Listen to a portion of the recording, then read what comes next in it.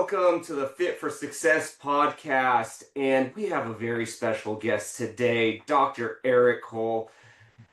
Eric, Dr. Cole, I don't know what to call you. What's the right thing? But I am so excited to have you. I've actually been really looking forward to this one.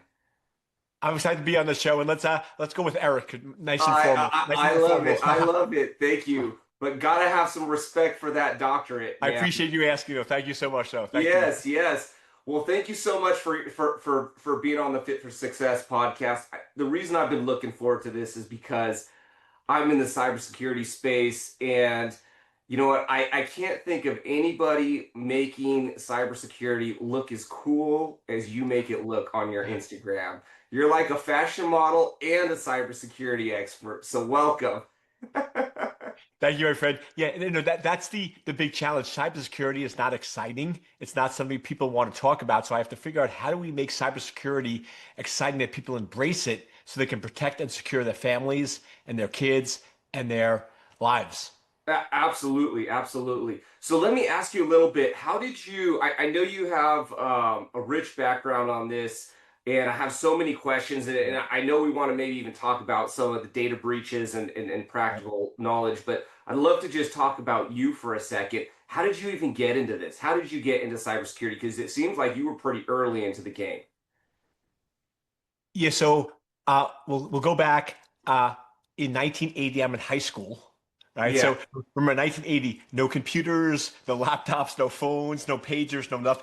I mean, you had it was still 25 cents for a payphone, right? yeah, To put into have your parents pick you up at high school when you were done with school, and my kids are like, "What's a payphone?" Right? yeah. So different time, different place, uh, and I loved how things worked. I love mathematics and science and operations, and I was going to go into architecture because I always thought like buildings and bridges were just sort of fascinating of how they were designed and built.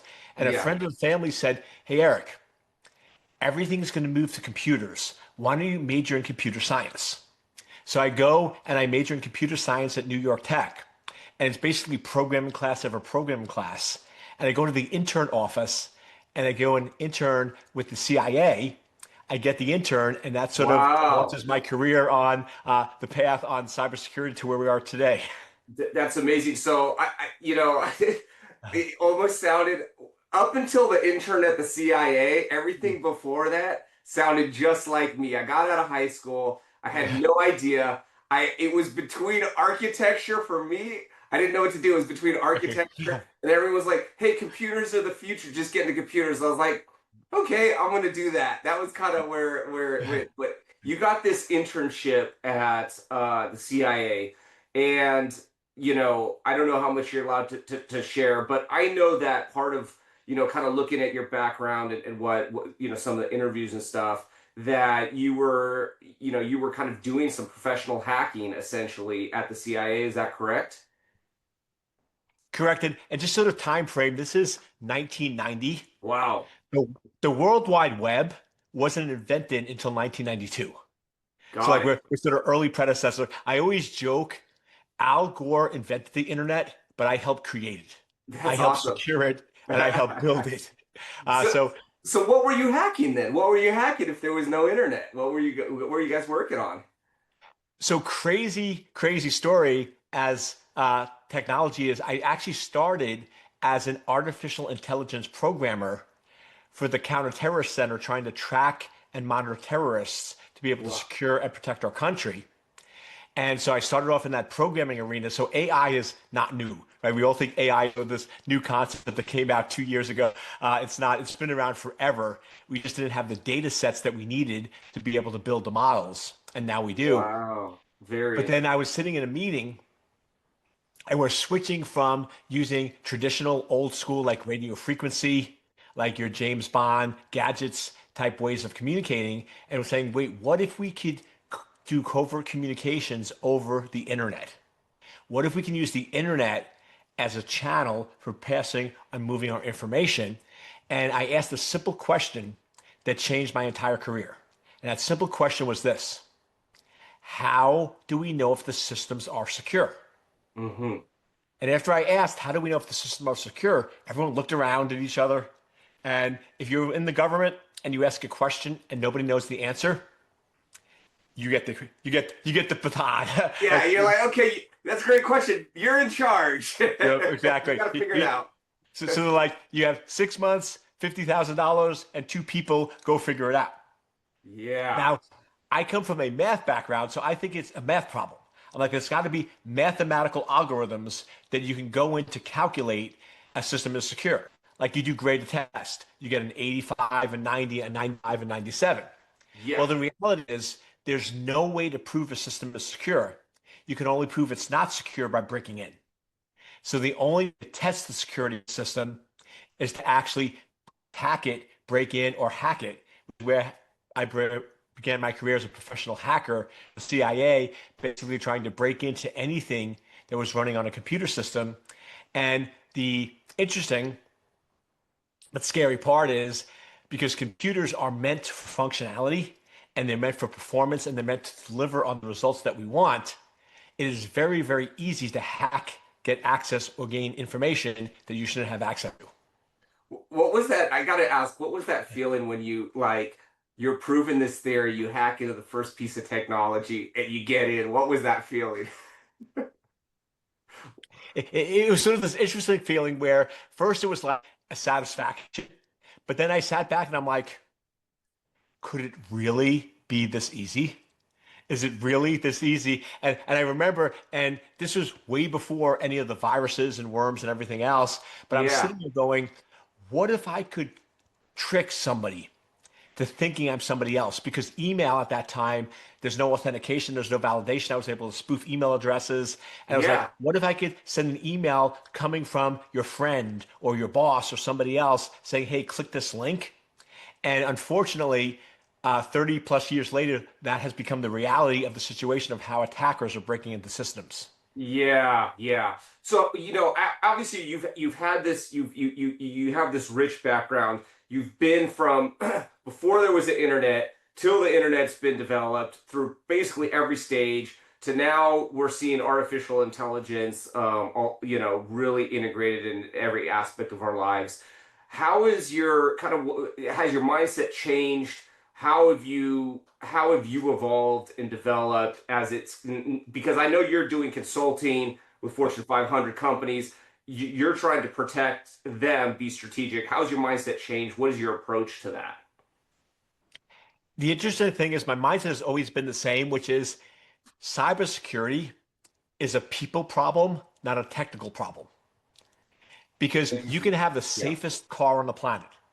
I can give you the safest car with airbags, anti-lock brakes, even auto driving, and it could still get into an accident and still get you hurt or killed.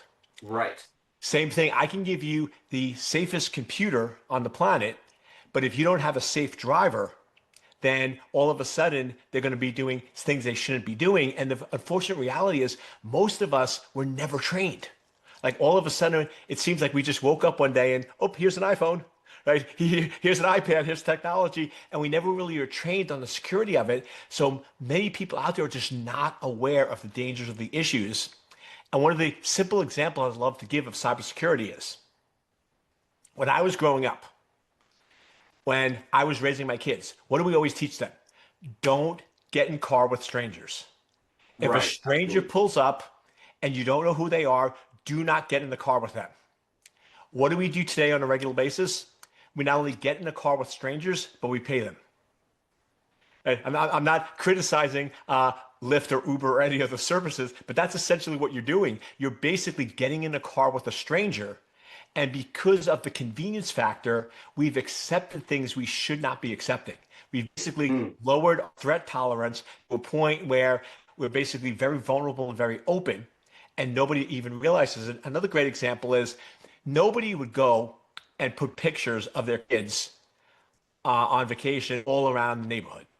Right? You don't want Right. people to see your Right. kids. You don't want people to see that. I mean, if somebody did that, that'd be creepy, that'd be weird. If somebody was trying to take pictures of your family, you wouldn't allow them.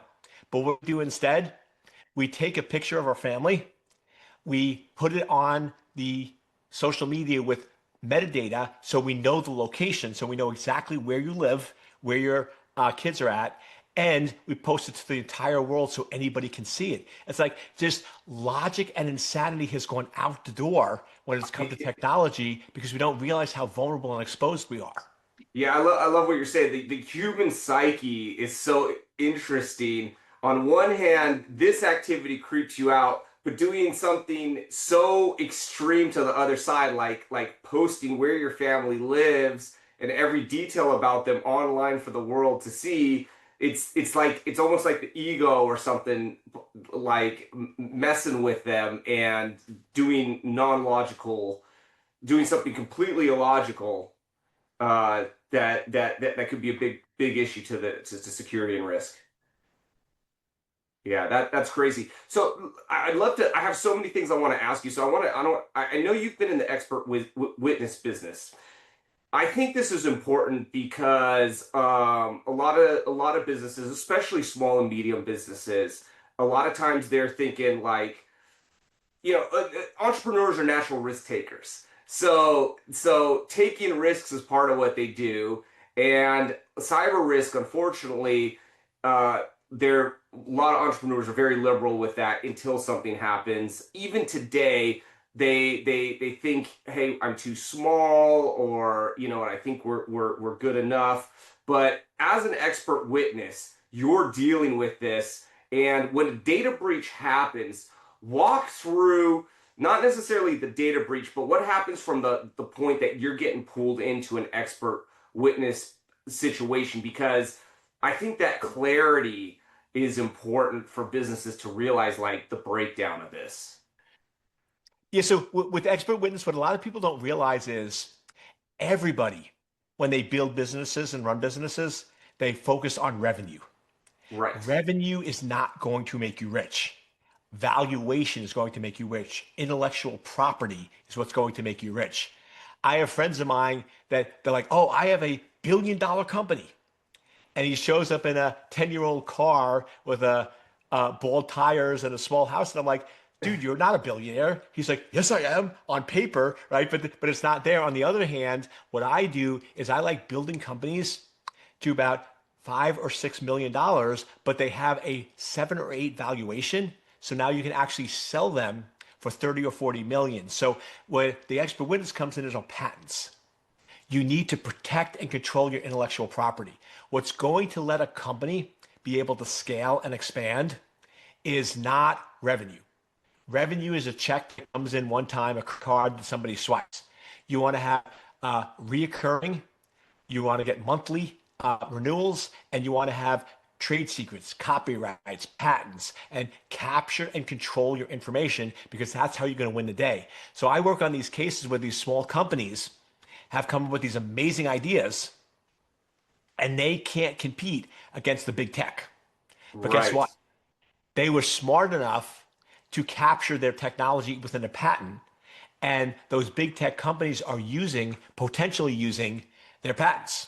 So now what can happen is now they can go in and say, okay, I'm not going to be able to compete with you, Mr. or Mrs. Big Tech, but I have this technology. Would you like to license it? Would you like to buy it? Or if you refuse to, because you're basically using my intellectual property without approval, this is a formal process in the Constitution of the United States with patents, you have to go in and pay me a license. And if you don't, then you can litigate. And the companies are going in, some of these companies are maybe $2 or $3 million, but they're going in with their patents, and their patents are worth 100, 200, 300, 400 million dollars because of how critical it is to the functioning of those technologies. Yeah, that's amazing. That's amazing. So let me ask you, as a technology guy, you love technology, you loved math, but a, I would say a lot of those guys never really make it into the entrepreneurship world, the social media world. And you've obviously not only been really good at promoting what you do, your brand, but how have you kind of become this entrepreneur? Like what was that journey, taking this passion, and how did you what skills did you have to learn? What did you have to do? Because you started several businesses Yeah. and they've been highly successful. So walk me through that entrepreneurship journey. Yeah, so it sounds crazy, but to be an entrepreneur, I had to become a human.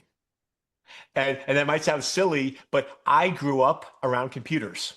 I Yeah, love computers. I love data centers. To me, my safe space is in a data center, surrounded by really. computers. Because guess what? Computers do what I say. I control them. I handle them. I understand them, and they don't talk back to me. They do exactly what I want. So, like when I'm in a room with computers, I'm great. When I'm in a room of humans, not so much. So I had to really go in and learn the human side of how to speak, present, and give information. Because you can be the smartest person in the room, but if you can't connect with somebody and build respect and rapport, you're never going to be able to convince them they want to do business with you. And that's where I see happens. You have these brilliant people. They come with these great technologies and they fail because they have no idea how to get funding. They have no idea how to sell the technology. And then big techs will come in and sort of swoop them up and steal their ideas. And that's unfortunate. So to me, I'm a big fan of everybody should be an entrepreneur. Everybody has to understand and learn business, and you need to speak English, right? Zeros, ones, binaries, hexadecimal. That's great when you're dealing with computers, but when you're dealing with humans, you got to talk about family and vacations and businesses and revenue and profit. And sort of my number one rule that it took me a long time to learn, because I always thought cybersecurity is the number one priority, right? I Right, don't care if it could crash the business, you must be secure. But here's the reality. right. If security negatively impacts the business, security is wrong. Security has to be a business enabler, not a disabler. So when I build teams, when I'm a chief information security officer, I'm always going in and saying, okay, I'm a chief officer, which means I'm focused on growing and expanding the business. And how can I use cybersecurity as my secret weapon to grow and expand the revenue, not shrink or condense? So cybersecurity, as crazy as it sounds, is about enabling people to do things in a way more secure, not inhibiting or making it harder for them to do what they want to do. Yeah, no, I love what you're saying. It's a completely different mindset. Personally, I had to go through a very similar journey where I was like so happy being in engineering. This was before I really got into cybersecurity, but same thing. So happy being in engineering. I want to be the best engineer. And when I wanted to become an entrepreneur, start this business, I had to start learning all these other skills, sales, financial literacy, leadership. And a lot of the engineers, cybersecurity experts, they view the technology, oh, that's a skill, but they don't view sales as a skill. And they're like, I would never want to do that. But they don't realize, like, hey, if you're talking in front of a board, a C-level board, or some shareholders, and you got to talk about maybe there's a big gap in cybersecurity. You need to get them to recognize that, simplify it down. You need to ask for some budget or resources. Hey, you're selling, and if you can't do that, you're not gonna get anywhere. And it's in our business. I actually have training curriculums for a lot of all our technical folks are on training curriculums. Most of it, yes, is technical training, but I got sales, customer service, leadership. And a lot of them kind of like, oh, why am I doing sales training? I'm not a sales guy. But Yeah. I'm like, I've seen the value in it. I was like, you need to have these skill sets if you're going to be a consultant. Absolutely, absolutely. It's the soft skills that we don't think about. We always think about, oh, if we're the smartest person in the room, but if we're the smartest person in the room and we can't communicate, it's ineffective. And one Yeah. of the things I always remind myself every day, we have two ears and one mouth. Maybe we're supposed to listen more than we speak. And one of my rules of thumb that I always have in any meeting, before I give an opinion, I'm always going to ask clarifying questions. And one of my favorite quotes is, smart people know the right answer. Brilliant people ask the right questions. Ah, I like that. That's some gold right there. Yeah, that's really good. Yeah, because you might know and you could spout out the question, but sometimes it's better to hold back, put that in a question, Yeah. help them. Yeah, that's really great. It sounds like uh You sound like I don't know if you ever heard of Chris Voss, but he's a hostage negotiator. I was like, man, you sound like you've been through his course. I don't know if you Uh-huh. have or not, but Yep. you know the value of it.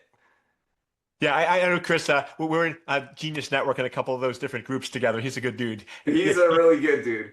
yeah. I joke. He carried the gun. I snuck into the buildings and hacked the computer systems. Right, CIA, FBI. Right, but we all work together. I love that. I love that, man. Well, yeah, I've never got to meet him. He's a great guy. I would love to meet him at some point. And I love his content as well and watching that. And you kind of brought up the right questions to ask and how to navigate those conversations. What are okay, so now the landscape has changed a lot. Obviously AI is a big one. We've also seen like I kind of liken it. A lot of people are wondering why the hacks are just going up and up. And one thing before I even touch on AI, I've seen is just it's like the when pirates were around and you could become a privateer for England, which is essentially a pirate. But England wouldn't prosecute you if you attack Spanish ships or whatever. And we're seeing a lot of these groups that are just basically pretty well run businesses. It's not like some strange guy in his mom's basement. These are like engineers, people that are good at social networking. They have whole teams of people. They work in an office. They probably have salaries and bonuses and benefits. Like, walk us through like what you're seeing in the space, both with that, with the organized groups, as well as AI. What are businesses really against right now? You nailed it, my friend. It is not attackers. It is not hackers. It is not individuals. It's companies. These are well-funded companies. You look at Russia, China, North Korea, Iran, the four top players in cybersecurity space. They have corporations where people are trained and work at the company. They get benefits, they get vacation, they're getting paid six, seven, eight-figure salaries, and their sole job is to steal information, data, and technology against the US. And the big shift that everybody has to realize is 3 or 4 years ago, if I was an attacker from a foreign country, I would go after the big businesses because they Yes, weren't really focusing on security. They had vulnerabilities. But right, now, your big banks, big hospitals, they all have good security in place. So trying to break in and hack them would be really, really difficult. But my right. question to you is, how much does your bank spend on cybersecurity? Probably about 20 million. And how many people do they have? 200 people. How much do you spend on your personal cybersecurity? Yeah. Probably $50 or zero. And Yeah, they got yeah, we're spending a few bucks. exactly. We got Sophos on all the computers. Yeah. We're good. Yeah. Zero. So Yeah. I can now go and break into you a lot quicker and a lot faster. So what we've seen in the last 12 to 18 months is this shift where now they're going after individuals and not the big corporations. And a great example of this was the largest hack. The largest hack of passwords occurred a couple of months ago where there were hundreds of millions of passwords compromised. Mm, Nobody heard about it. You know why? It happened 12 hours before the US attack on Iran. And unfortunately, in the media, bombs and planes take precedence over tech and geek that people don't understand. But the reality is, yes, the United States bombing Iran is something we should understand and be aware of. But in terms of impacting our lives, cybersecurity should have been the top priority and the top story. And what makes this story interesting is this was the first breach where they didn't go after big tech. Like we saw the breaches of Marriott and others where they go after a big company and they steal 50,000 pieces of personal identifiable information from their database in one location. This hack was unique in that they stole it from 50 million different devices. Now imagine, wow. how can you have all these different devices compromised and taking information? It's very simple. When you get an iPhone or an Android out of the box, it's pretty secure. What do? Immediately after we get it, we go in and we use the F word. Now, I'm from New York. So when we say the F word, it means something a little different. But to me, the F word, which I hate, I can't stand the F word. The F word on the internet is free. Free Yeah. is not free, my friends. When It you comes with download a some free app, strings attached. exactly. Yeah. Yeah. When you download a free app, you're letting them track your location. You're letting them access your photos. You're letting them access your data and your information. Free is not free. If you're going in and you're on these free apps, and most people have hundreds of free apps, oh, try this, try that. They don't use it and they haven't accessed it, yet it's spying on you and stealing your information. So, one of my favorite phrases is removing an app a day keeps the hackers away. What if you go in and any app you haven't used in 30 days, you start removing from your phone? Or I give you the Eric challenge. The Eric challenge is I live my life, my entire life. I live on 8 apps. I only use 8 apps for everything that I do. And now they're controlled, they're maintained, they're monitored, and they're secure. So you don't go and take food from strangers. Don't take apps from strangers and put them on your cell phone.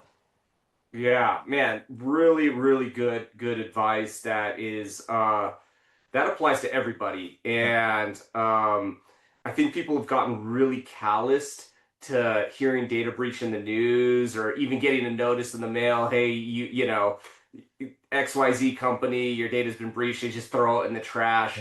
Uh, but what are some of these real consequences that you've seen happening to people when this happens and to organizations? Yeah, I mean, I've seen everything. I've seen, and I get calls daily. It used to be monthly.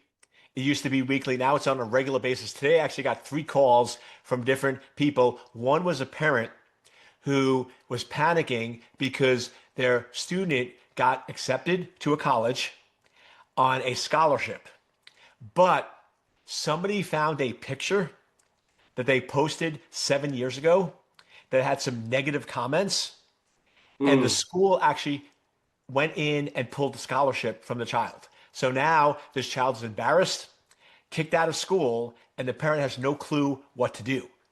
This is happening all the time. Cyberbullying is a reality. We're also seeing people's identity being stolen on a regular basis. We're going in and seeing money being drained from accounts. If you haven't seen the movie The Beekeeper, it's a Jason Statham movie, right? Action yeah, flick. yeah. It's a great. I love Jason. I love Yeah. Jason's movies. Jason's a They're great guy. so Yeah. fun.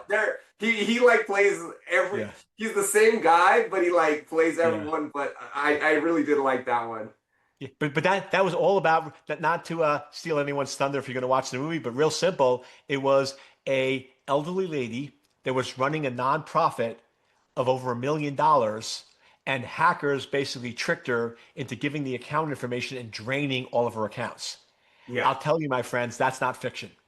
No, it's not. I It's personally have nonfiction. a friend's mother that Yeah, happened to, it is and happening all the time. yeah, that exact thing happened. I've seen people, how many years were they saving for, a down payment on a Yeah, house? They're about to buy the house. The down payment gets stolen in the process of trying to buy the house, yeah, going to escrow, and now they don't have the down payment. They can't close on escrow, and it's all lost. yeah, Yeah, yeah. it's a disaster. I'd love to ask you a little bit about your how you definitely made cybersecurity sexy. I'm looking at your Instagram. How I want to know for me, how did you accomplish this? You got 150,000 followers about, and it looks great. You look cool. You got great information, and how have you really grown your presence and your reach, both on social media and kind of in the media space? I'm a huge fan of lead by example. Practice what you preach. Hmm. Here's the reality. At the end of the day, the number one priority, if you want to be successful, is your body. If your body is failing, if your organs are failing, if you're, in the hospital or in intensive care, you're not going to be able to help anybody. So many people don't think about that. So to me, I'm very big on fitness and eating and health and hydration. And people are like, why is a technical person talking about drinking water? When I give seminars, I actually, every 20 minutes, I look at the audience and go, drink, drink, you haven't drank it, right? And they're like, what are you doing? I'm like, because if you're not hydrated, I will tell you, if you don't drink water for 60 minutes, by the end of my presentation, you're going to be numb. Your Yeah, I brain like that. I needs like that. fluid to function. So I'm like, it's sort of a help me help you type thing. If you're not hydrated, you're not going to be able to stay focused for 60 or 90 minutes. So we got to go in and just look at the fundamentals of going in and saying, okay, take care of our body. Then relationships. If you're having trouble with your kids, your friends, or your spouse, you're not going to be 100% focused on what you love to do. So you got to make sure those relationships are all taken care of. And in my big principle, the two words that I live by is simplicity and balance. I like Simplicity, keep things as simple as possible. Do you know how complicated we make things? I mean, I work into companies and it walk me through their cybersecurity. I'm like, why does it take 27 steps for a user to do that? I said, no wonder your customers bypass it. You say your customers are getting hacked because they're not using two-factor authentication, but your two-factor authentication is so difficult, right? that. Make Yeah. it simple, my friends. I'll give you a great example. There was this hospital and they had chief information security officer after chief information security officer fired because they would go in and when a doctor in the emergency room walked away from the terminal, it would lock the computer screen. And the Yeah. doctor would have to You're in an emergency situation trying to save someone's life, and now yeah, you gotta unlock the screen to do your work. exactly. And the doctors were freaking out because they go back and the screen's locked and they have their scrubs on, their gloves potentially, I mean, blood and stuff. And now they have to try to get their phone to two-factor. I mean, total insanity. And these security people making it so difficult for the doctors to do their jobs. What I do is I go in and observe. So I observed how doctors operate and I noticed something. Doctors always have their badge with them. Their Yeah. badge is how they get into the rooms. Their badge is how they get in. So guess what we did? We put a proximity reader on the badge. So now when you get within 3 feet of the computer, it unlocks. And when you get 3 feet away, it unlocks. So now all of a sudden doctors can go in and access data, secure data, access data, secure data, quick, easy, fast. And it's done in a way that it's transparent to them. And I'm like, why aren't people thinking about simplifying cyber, making it easy and simple? And then the other big thing is balance, balance, balance. You got to avoid the extremes. Yeah. 100% security doesn't exist. I mean, It if doesn't. we want 100% security, we might as well take a phone, destroy it, burn it, bury it in the ground.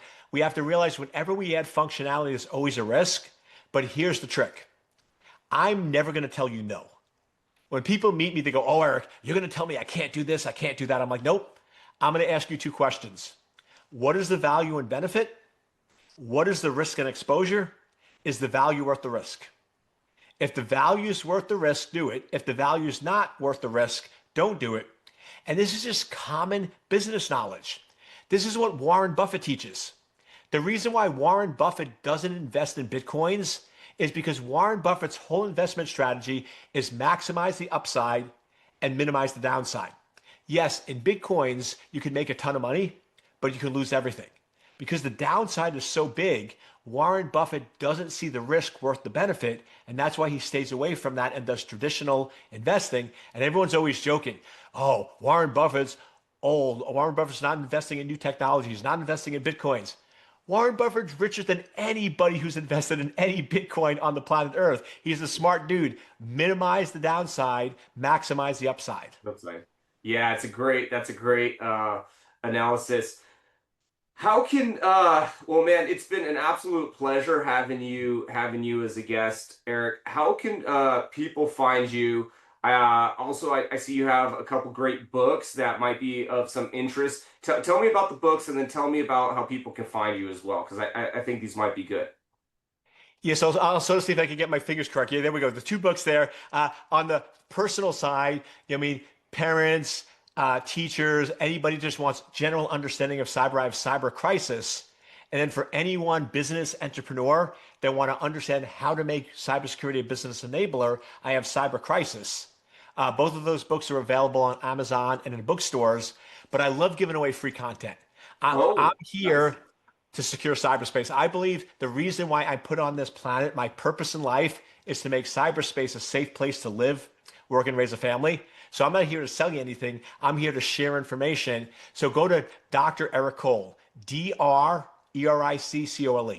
DrEriccole, Dr. Eric Cole, Instagram, YouTube, drericcole.com. I have tons of free information, tons of resources, and I'd love to help you make your family and your business and your life safe in cyberspace. I love it. I love it. Well, yeah, definitely follow along. Even, if you're a social media user, I love your Instagram profile. I'm also a big YouTube guy, so awesome, man. Thank you so much. Thank you for being on here, and thank you for sharing some of this knowledge that I think can benefit a lot of people. My pleasure. Thank you, my friend.